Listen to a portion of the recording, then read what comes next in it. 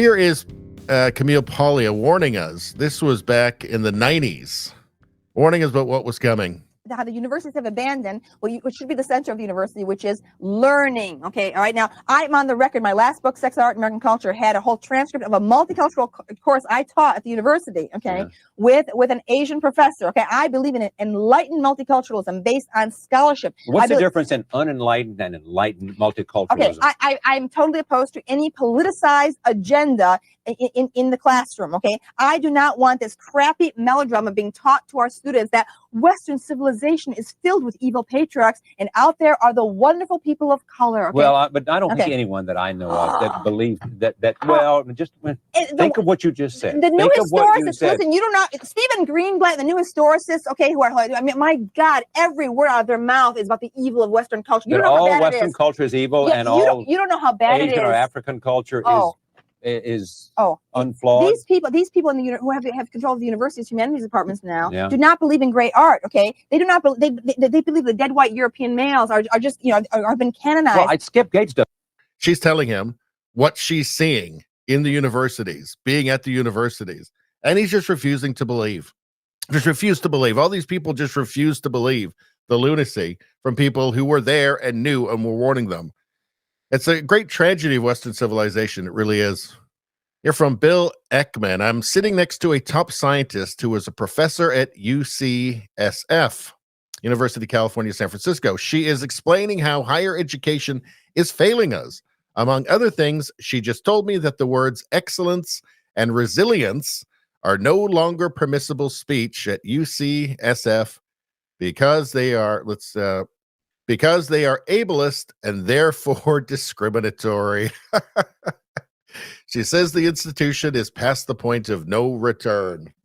I guess what it is they're allowed to discriminate against people who display excellence and resilience because they're oppressors, right?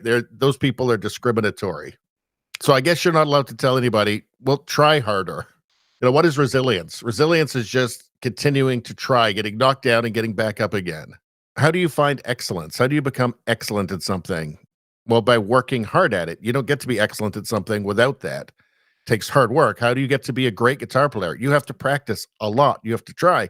You have to be resilient. Again, these institutions, I really feel like any university, and I absolutely would advocate for this in Canada, any Canadian university, well, all the Canadian universities get taxpayer funds, and I think it should all be cut off immediately. At least anyone that is teaching woke nonsense, anyone that says that excellence and resilience are discriminatory should get no taxpayer funds. They should be on their own. Figure out for yourselves. I think if that happened, all of these, grievance studies departments would be gone fairly soon, right? If the taxpayers are subsidizing these programs that exist to do nothing but destroy Canada, and it's the same in the States, and it's the same in the UK, it's the same everywhere, right? Not a penny should they get. If there's some idiot alum who doesn't know what's happening or actually agrees with it and wants to give money, okay, fine.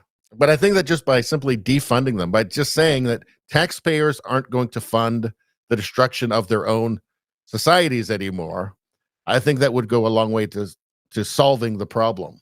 Let's see. Colin Wright adds to this in the comments. Once politics, allegiance to DEI, became linked to hiring, viewpoint diversity in universities ratcheted down immensely. It became a positive feedback loop, making the political skew increasingly dramatic, especially among recent hires.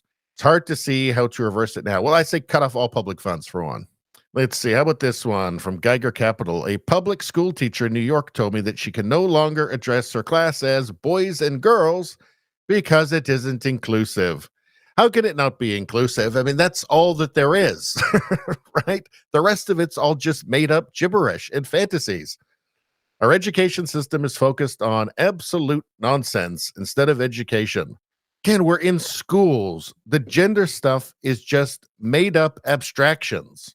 It's just fantasies. It's just this trivial redefinition of the word gender to mean this, again, just this infinite series of abstractions that have no connection, no mooring in reality. They're just made up. These are just abstract ideas. They don't mean anything.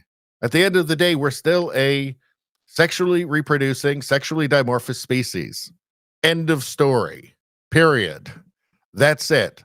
The rest of it's just imagination. It's just imagination land. It's just fantasy land. None of it's fucking real, and none of it should be in a school, in any place of learning. Certainly not one funded by taxpayers. Taxpayers shouldn't fund institutions that are going to lie and confuse their children. That's bullshit.